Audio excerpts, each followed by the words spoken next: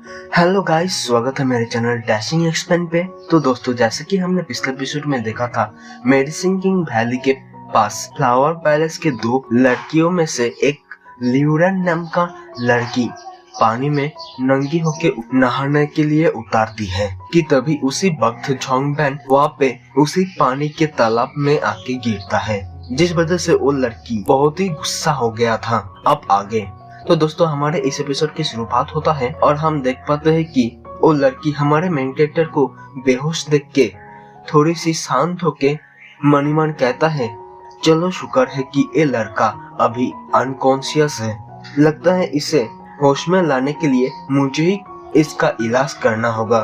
तो हम next scene में देख पाते हैं कि वो लड़की हमारे मेन कैरेक्टर को होश में लाने के लिए थप्पड़ पे थप्पड़ मारते हुए उसे होश में लाने लगता है। तो उस लड़की को देख के उसके जूनियर सिस्टर उसे कहती है, सेकंड सिस्टर आप क्या कर रहे हो? तो ल्यूरेन कहती है, मेरी सीनियर सिस्टर ने एक बार ऐसे ही बहुत सारे लोगों को होश में लाने के लिए कोशिश की थी। तो जूनियर सिस्टर कहती है, क्या उसके बाद वो सभी लोग होश में आ पाए थे? तो ल्यूरेन कहती है, नहीं, बल्कि वो सभी तो होश में आने के बजाय मारे गए थे। जो सुनते ही जूनियर सायोराई बहुत ही ज्यादा हैरान होकर कहती है, क्या वो सभी के सभी मर गए थे? तो सेकेंड सिस्टर, क्यों ना हम दोनों मिलके इसे थर्ड सिस्टर के पास ले जाए, जो इसे अच्छे से ठीक कर पाएगा। तो इस पर वो लड़की भी मान जाती है। तो इसके बाद सीन शिफ्ट होता है रात में फ्लावर पैलेस के अंदर, जहाँ पे किसी एक कमरे में हम हमारे मेन कैरेक्टर झोंगबेन को देख पाते हैं, जो तभी होश में आ जाता है। और होश में आते ही वो मनीमन कहने लगता है, अरे नहीं, मैं एक कहा हूँ। तभी जूनियर सायोराई उस कमरे में आके कहती है, ब्रदर क्या आप जाग चुके हो? तो उसे देख के झोंगबेन कहता है, लिटिल सिस्टर तुम कौन हो? तो वो भी कहता है, मेरा नाम सायोराई है। वैसे आपका नाम क्या है? आप ठीक हो ना? आपको कोई चक्कर बक्कर तो आ नहीं रहा है ना? तो झोंगबेन अपना सर पकड़ के कहता है, मेरा नाम झोंगबेन है। क्या तुम मुझे बता सकती हो कि एक कौन सा पैलेस है और अभी कौन सा साल चल रहा है? जो सुन के जूनियर सायोराई कहती है, ये हमारा फ्लावर पैलेस है और तुम बाहर जंगल में बेहोश मिले थे, जिस वजह से मैं और मेरी सेकंड सिस्टर मिलके तुम्हें यहाँ पे लाए थे। और उसके बाद मेरी थर्ड सिस्टर ने तुम्हें एक हीलिंग पिल दिए थे, जिससे तुम अभी होश में आए हो। और तुम्हारे सारे चोट उसी पिल के वजह से ही हील हो पाए थे।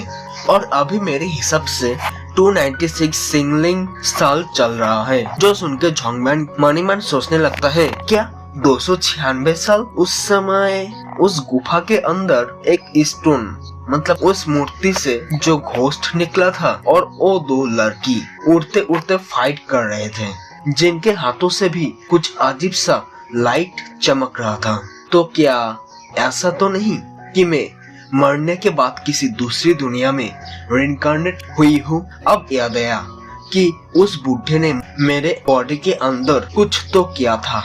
तभी वो अपने आप को उसी लाइब्रेरी के सामने पाते हैं और हम देख पाते हैं कि उसके सामने एक सूत्रा पैविलियन होता है, जिसके अलग अलग स्टेज भी होता है। Singling grade, silver grade, gold grade, platinum grade, diamond grade, singling level, Holi spirit level, ऐसे ही करके बहुत सारे स्टेज होता है, मतलब फ्लोर होता है। जो देखने के साथ ही झोंगबेन बहुत ही ज्यादा हैरान हो जाता है। जो मनी मन सोचने लगता है, अब एक कैसा बुक शेल्फ है? उस बुढ़े ने कहा था कि ये उसका ही लेगेसी का एक हिस्सा है, जिसे सिन हुआ सूत्रा पैविलियन कहा जाता है, जिसमें बहुत सारे मार्शल आर्ट्स टेक्निक के साथ साथ बहुत सारे ऐसे पिल रेसिपी भी होंगे, जो कि लो ग्रेड से लेके हाई ग्रेड तक सभी अवेलेबल होगा, और जो कि अलग अलग फ्लोर में अलग अलग ग्रेड के किताब रहेगा। अपने अंदर इतना बड़ा टावर देखने के साथ ही मेन कैरेक्टर बहुत ही ज्यादा हैरान हो चुका था। तो तभी वो उस लिटिल सायोराई को कहता है, जूनियर सायोराई, मुझे इतना कुछ बताने के लिए आपका बहुत बहुत शुक्रिया। सिस्टर सायोराई, एक्चुअली मुझे ना अपने नाम के अलावा कुछ भी याद नहीं है कि मैं पहले कहाँ रहता था और मेरे फैमिली में कौन कौन थे। सब कुछ मैं भूल चुका हूँ, मुझे कुछ भी याद नहीं है। तो क्या तुम मुझे ये बता सकती हो कि ये प्लेस कौन सा है? तो शायोडाई कहती है, अरे ब्रदर, ये साउथर्न सिनजियांग रीजन है और अभी तुम किन एम्पायर के हमारे फ्लोटिंग फ्लावर पैलेस में हो, और मेरी मास्टर हमारे फ्लोटिंग फ्लावर पैलेस के ही लीडर है और हमारे इस पैलेस में हम सभी 5 मेंबर हैं। मेरी मास्टर, मेरी सेकेंड एल्डर सिस्टर, मेरी थर्ड एल्डर सिस्टर और सिस्टर वांग और मैं, और हमारे इस पैलेस में और कुछ नौकर रहते हैं, उसके अलावा कोई भी नहीं रहता है।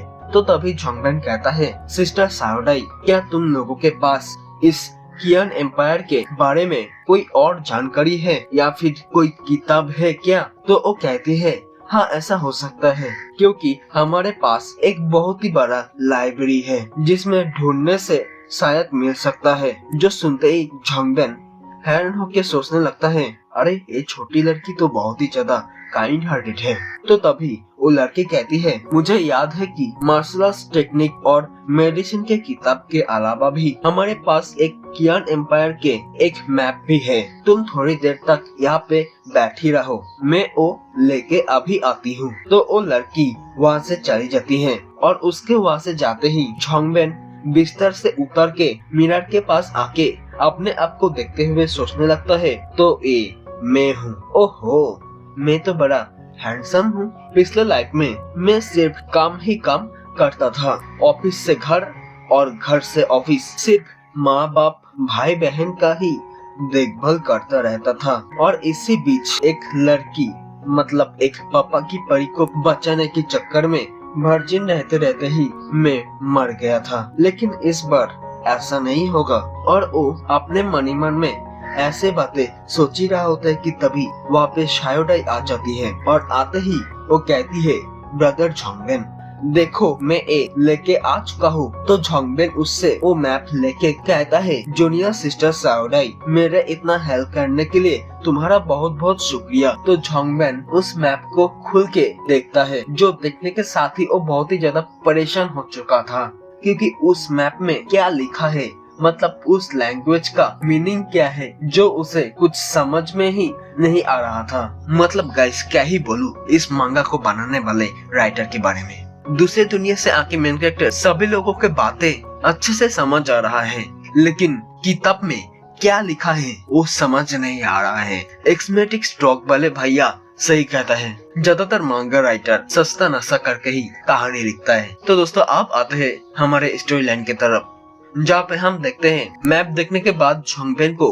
कुछ समझ में ही नहीं आता है। तो वो जूनियर सिस्टर शायोडाई को कहती है, सिस्टर शायोडाई, मुझे ना इसमें कौन सी लैंग्वेज में लिखा है कुछ समझ नहीं आ रहा है। जो सुनकर शायोडाई सोचता है, ब्रदर झोंग तो बहुत ही कमजोर है, ऐसे कैसे वो फ्यूचर में सरवाइव कर पाएंगे। तो वो कहती है, ठीक है ब्रदर झोंग, मैं आपको अच्छे से सब कुछ सिखा दूंगी। तो इस पर झोंगबेन कहता है, तुम्हारा बहुत बहुत शुक्रिया शायोडाई। तो हम इसके कुछ देर बाद देख पाते हैं शायोडाई झोंगबेन को अच्छे से पढ़ना सिखा रही होती है, लेकिन हमारे मेन कैरेक्टर को कुछ समझ में ही नहीं आ रहा होता है। और कुछ देर बाद वो दोनों भुक्कड़ों की तरह खाना, मतलब खाने के नाम पे चिकन ठूसने लगता है। और खाने के बाद फिर से शायोडाई झोंगबेन को पढ़ना सिखाने के लिए बैठ जाता है। और कुछ देर बाद एक लड़की के एंट्री होती है, जो कि इसी फ्लोटिंग फ्लावर पैलेस के थर्ड डिसाइपल होती है, जो आने के साथ ही झोंगबेन को देखते हुए उसे कहता है, ओह तुम जाग गए, ये हमारी फ्लोटिंग फ्लावर पैलेस है जिसमें सिर्फ लड़कियां ही रह सकती है, लेकिन तुम हमारे एक गेस्ट हो, इसलिए कल सुबह होने तक तुम यहाँ पे रह सकते हो, लेकिन इसके बाद तुम यहाँ से जल्द निकल जाना। और उसके इस कड़वी बातों के साथ ही हमारा ये एपिसोड यहीं पर ही खत्म होता है। तो दोस्तों, मिलते हैं नेक्स्ट एपिसोड में, तब तक के लिए bye bye and take care guys.